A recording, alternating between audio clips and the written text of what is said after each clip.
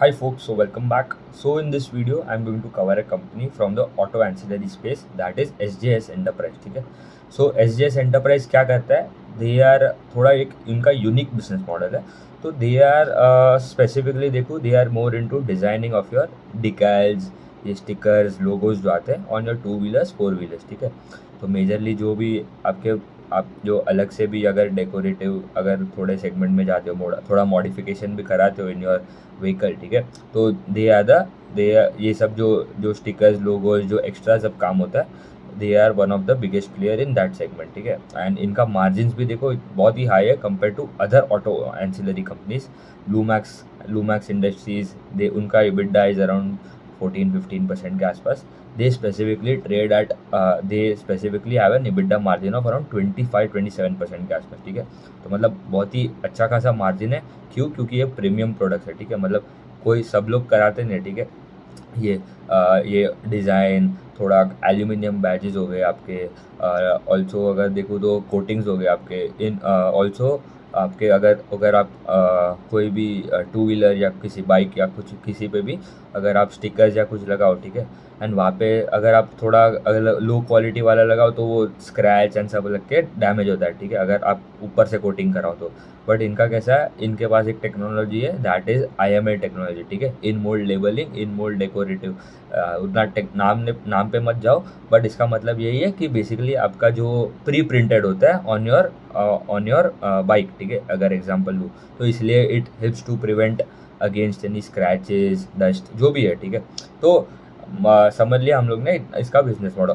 बहुत सारे सेगमेंट है. डायल्स हो गया आपका जो स्पीडोमीटर हो गया, ये सब भी डिज़ाइन करता है. आपका पूरा डैशबोर्ड हो गया. फिर इंफोटेनमेंट स्क्रीन के ऊपर जो डिस्प्ले लगता है, आपका जो ग्लास लगता है वो भी बनाता है. मतलब मैनी थिंग्स आर देयर. तो ये सेगमेंट में इनका मार्जिन ज़्यादा हाईएस्ट. ठीक है. अराउंड 25-27% के आसपास का EBITDA मार्जिन है. इनका अगर देखो क्लाइंट्स कौन है इनके, दे have clients like Mahindra, hero, Honda हो गया, टाटा मोटर्स हो गया. और ऑल्सो इनका कंज्यूमर वाला एक सेगमेंट है. ठीक है. तो मतलब ये क्या करता है, Whirlpool is there one of their clients. And Whirlpool Samsung हो गया. इनके वॉशिंग मशीन जो आते हैं, इनके रेफ्रिजरेटर्स फ्रिजेस जो आते हैं उसके ऊपर भी उनके जो लोगोज होते हैं. ठीक है. वो भी बनाते हैं. फिर आप अगर आपके पास रेफ्रिजरेटर में जो आपको अगर टेम्परेचर चेंज करने के लिए आपको जो स्क्रीन जो होता है वो भी बनाते हैं. ठीक है. तो मतलब मैनी प्रोडक्ट्स आते हैं. एक उनका कंज्यूमर वाला डिवीजन है, एक उनका वो स्पेसिफिकली उन्होंने एक सब्सिडरी है उसका SJS डेकोप्लास्ट करके. तो वहाँ से 25% रेवेन्यू वहाँ से आता है. फिर एक वॉल्टर पैक इंडिया करके उनका एक कंपनी है जहाँ वो रिसेंटली 2023 में उन्होंने एक्वायर किया था. That contribute to 17% of the revenue. And वो सेगमेंट बेसिकली है IML, in mould labelling and in mould design decorative वो वाले सेगमेंट में. ठीक है. एंड उनका SJS. ठीक है. बेसिकली जो लोगोज डिकैल्स डायल्स जो बनाते हैं वो तो उनका कोर बिजनेस है. ठीक है. तो 58% रेवेन्यू वहाँ से आता है. 58 from SJS stand alone. Walter Pack contributes to 17% and SJS Decoplast that is around 25%. And अभी ऑटो स्पेस में ग्रोथ इज़ वेरी लो. ठीक है. मतलब टू व्हीलर वाला सेगमेंट देखो उनका volume growth in two wheeler segment was around 0.7% के आसपास. पैसेंजर व्हीकल में ग्रोथ था around 3.4%. And two wheeler plus passenger vehicle cumulative अगर देखो तो growth was around 1.2%. Whereas इनका ग्रोथ, ठीक है, इंडस्ट्री का ग्रोथ वॉज 1.2%. इनका ग्रोथ अगर देखो तो that was around 23% in the two wheeler plus passenger vehicle वाले सेगमेंट में. Overall consolidated sales growth was around 11%. तो उनका गाइडेंस भी यही होता है कि they want to beat the industry by 2x. मतलब अगर इंडस्ट्री का ग्रोथ अगर 8-10% आता है तो they can grow at around 16-20%. ठीक है. उतना ही समझना है. And consistently this is the 23rd quarter they have out perform the industry in terms of growth. तो ये भी अच्छा है. ऑल्सो मार्जिन भी इम्प्रूव हो रहे हैं ग्रेजुअली. एंड मार्जिन एक तो इतना हाई है एंड और भी इम्प्रूव हो रहा है. ठीक है. तो इनका करंटली डोमेस्टिक टू एक्सपोर्ट्स का अगर देखो geographical mix, the domestic contributes to around 93%, export is around 7%. And they are targeting in upcoming 2-3 साल में जो एक्सपोर्ट वाला सेगमेंट है जो 7% है that can go up to around 14-15% के आसपास. तो ईजिली जा सकता है. तो इसलिए एक्सपोर्ट में भी ज़्यादा मार्जिन मिलता है. तो ओवरऑल आपका वेटेड एवरेज अगर मतलब as the overall mix changes तो आपका मार्जिन में भी एक्सपांशन आएगा. प्रोडक्ट मिक्स नहीं, जोग्राफिकल मिक्स चेंज हो रहा है इसलिए मार्जिन एक्सपांड हो रहा है.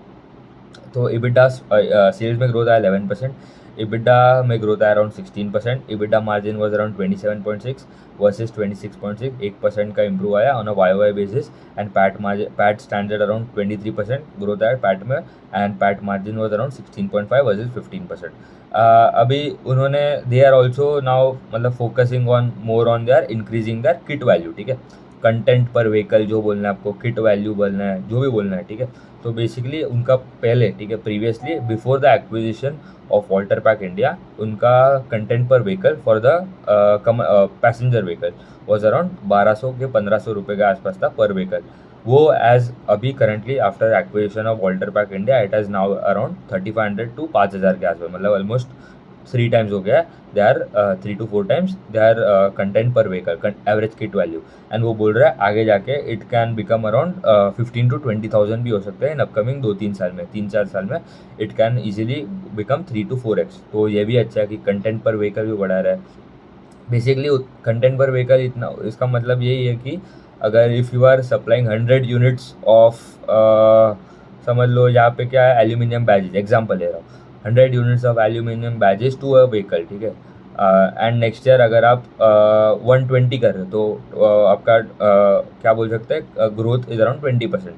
तो मतलब रुपीज़ के टर्म में अगर बोल रहा हूँ तो बेसिकली वो इंक्रीज़ हो रहा है। तो वॉल्यूम के टर्म्स में भी अगर आप देखो तो जितना, क्योंकि ऑटो स्पेस में उतना कुछ खास ग्रोथ नहीं है, तो they can increase their revenue by just supplying एक व्हीकल में ही ज़्यादा उनके प्रोडक्ट्स लगा सकते हैं, तो इसलिए उनको वहाँ पे भी ग्रोथ आ सकता है। एंड अगर 2 व्हीलर वाला सेगमेंट देखो तो उनका था अराउंड 300 to 500 रुपीज़ के आसपास था per vehicle kit value. And वो अभी अराउंड 800 वो जा सकते हैं अराउंड 800 to 1000 रुपीज़ के आसपास। तो वहाँ पे भी ऑलमोस्ट 3 to 4x हो रहा है, 2 to 3x तो आराम से हो रहा है। एंड ये कंज्यूमर वाला सेगमेंट जो रेफ्रिजरेटर, फ्रिजेस पे, वॉशिंग मशीन पे जो लगता है, ठीक है, क्लाइंट्स कौन है उसके लिए they have clients like Whirlpool and Samsung. वहाँ पे 50 to 150 रुपीज़ था per vehicle, and that can go to around 400 to 500 rupees. तो ये भी अच्छा है। तो मतलब उनका कंटेंट पर व्हीकल या किट वैल्यू बढ़ रहा है, ऑल्सो एक्सपोर्ट वाला सेगमेंट बढ़ा रहा है, तो मार्जिन में भी इम्प्रूवमेंट आ सकता है। हाँ, वो देखना पड़ेगा कि यूएस से कितना आता है, क्योंकि जो टैरिफ का जो प्रॉब्लम है वो हमें देखना पड़ेगा। तो कॉल में उन्होंने उतना कुछ बोला नहीं in terms of their export specifically to USA, तो वो हमें मालूम पड़ेगा इन अपकमिंग क्वार्टर्स कि क्या क्या है, what is the scenario in that as well. Also अगर देखूँ तो इनका अगर दे हैव गाइडेड कि उनका जो मार्जिन्स जो है दैट कैन ऑल्सो इम्प्रूव, मतलब अभी अराउंड 25, उनका गाइडेंस है 25% conservative in terms of there guidance in terms of EBITDA margin. And वो बोल रहे उससे तो बेटर ही होएगा, ठीक है, कंजर्वेटिव बोला है, गाइडेंस 25%। इनका कैपेसिटी एक्सपांशन भी आ रहा है, ठीक है, केपेक्स भी कर रहा है, इन पुणे में एक्सपांड कर रहा है एंड बैंगलोर में एक्सपांड कर रहा है। पुणे में specifically they are focusing on exporting, greenfield expand कर रहा है। एंड फॉर बैंगलोर में they are doing expansion for आपका ऑप्टिकल डिस्प्ले। सो पुणे में they are expanding for they are chrome plating वाले सेगमेंट के लिए, एंड बैंगलोर में फॉर देयर ऑप्टिकल डिस्प्ले वाले सेगमेंट के लिए एक्सपांड कर रहा है देयर कैपेसिटी। तो margin expansion one of the triggers is their operating efficiencies and सब बढ़ा के, कॉस्ट कंट्रोल करके, एंड दूसरा है एक्सपोर्ट वाला सेगमेंट बढ़ा के, ठीक है। एंड उनका थोड़े नए प्रोडक्ट्स भी आ रहे हैं, ठीक है, they tell that new tech products. तो 25% रेवेन्यू एज ऑफ Q1 वहाँ से आता है।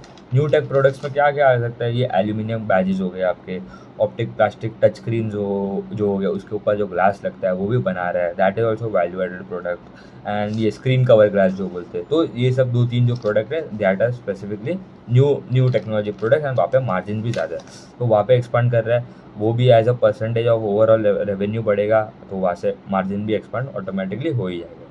तो अच्छा गाइडेंस है, ग्रोथ इज ऑल्सो गुड, मतलब ये क्वार्टर तो ऑलवेज H2 जो होता है फॉर देम इज़ बेटर, ठीक है। तो H1 में उतना कुछ खास ग्रोथ आता नहीं है in the auto space as well, ठीक है, ऑटो स्पेस में तो ऐसे ही कुछ अभी तक तो ग्रोथ आया नहीं है, बट हाँ ऑफकोर्स आफ्टर जो GST कट एंड सब आके they can benefit a lot going ahead, ठीक है। तो गाइडेंस ठीक ठाक है, मतलब 2x of the industry growth, but अभी अगर इंडस्ट्री में ग्रोथ आ रहा है 2%, तो इनका रेवेन्यू का ग्रोथ कितना हो जाएगा, 4%। तो हमें वो भी देखना पड़ेगा, क्योंकि थोड़े कंपनीज परसेंटेज टर्म में गाइड करते हैं एंड थोड़े companies guide in terms of their overall industry का ग्रोथ। अगर इंडस्ट्री का ग्रोथ ही 15% आ गया तो दैट इज़ गुड कि दे कैन ग्रो एट 30%, तो वैसे देखना पड़ेगा आपको।